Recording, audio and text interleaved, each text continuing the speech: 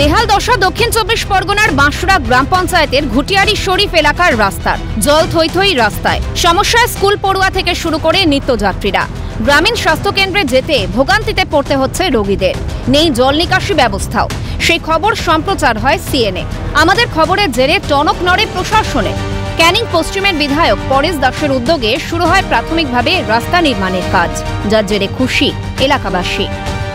দক্ষিণ চব্বিশ পরগনা ক্যানিং ভুটিয়া শরীফ বাজার এলাকায় রাস্তা বেহাল দশা ছিল। সিএনএর খবরের জেরে অবশেষে নড়ে চড়ে বসল প্রশাসন। ক্যানিং পশ্চিমের বিধায়ক পরেশরাম দাসের উদ্যোগে রাস্তার কাজ শুরু হলো।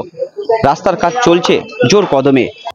আমরা বিভিন্ন জায়গায় দরবার করার পর সিএন বাংলার এই নিউজটি হওয়ার পরে প্রশাসন নড়ে চড়ে বসেছে এবং তারপরে পঞ্চায়েত থেকে উদ্যোগ হয়েছে রাস্তাটা মেরামতের মতো, এবং রাস্তাটা কাজ শুরু করেছেন মেরামত রিপেয়ারিং। তার জন্য সিএন বাংলাকে অসংখ্য ধন্যবাদ। সাধারণ মানুষ এবং ছাত্রছাত্রী, পেশেন্ট সব মানুষের উপকার হচ্ছে, তার জন্য আপনাদের অসংখ্য ধন্যবাদ। এই রাস্তাটা কালকের সিএন চ্যানেলে এটা দেখানোর পরে আজকে রাস্তাটা কাজ শুরু হয়েছে, এতে আমরা অনেক খুশি, অনেক ছাত্রছাত্রীরা অনেক খুশি। এই যে রাস্তাটা অনেক জল জমে থাকতো হাঁটুর সমান, প্রশাসন উদ্যোগ নিয়ে আমাদের বাঁশড়া গ্রাম পঞ্চায়েতের উদ্যোগে কাজটা চালু হলো। হ্যাঁ, রাস্তার জন্য খুব ধন্যবাদ। এই রাস্তা খুব ভালোই হচ্ছে। এবারে আমরা জলে খুব কষ্ট পাচ্ছিলাম, ভালোই হচ্ছে। আমাদের বাজারঘাটে খুব অসুবিধা ছিল।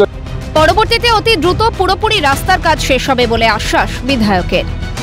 যে রাস্তাটা আছে ওটা অত্যন্ত খারাপ অবস্থা, দীর্ঘদিন দিয়ে পড়ে আছে।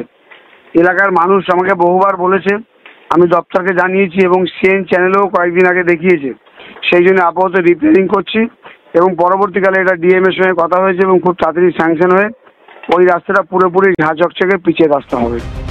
অপরদিকে শাসক দলের দিকে আঙুল তুলেছে বিরোধীরা। রাস্তাঘাট, জল, যে সমস্ত সমস্যায় মানুষ ভুগছে, ড্রেনেজ ব্যবস্থা, সেই সমস্ত ব্যবস্থাগুলো 2011 সাল থেকে এখনো পর্যন্ত তারা সঠিকভাবে রূপদান করতে পারেনি। না, উন্নয়নের টাকাগুলো আজকে লুট করে নিয়ে অট্টালিকা, গাড়ি বাড়ি বানানোর পরিকল্পনা করেছে। ধিক্কার জানাই, একটা নির্লজ্জ সরকার চলছে। আমরা ধন্যবাদ জানাই মিডিয়া বন্ধুদেরকে। দক্ষিণ চব্বিশ পরগনা ঘুটিয়া শরীফ থেকে হরিপদ মণ্ডল, ক্যালকাটা নিউজ।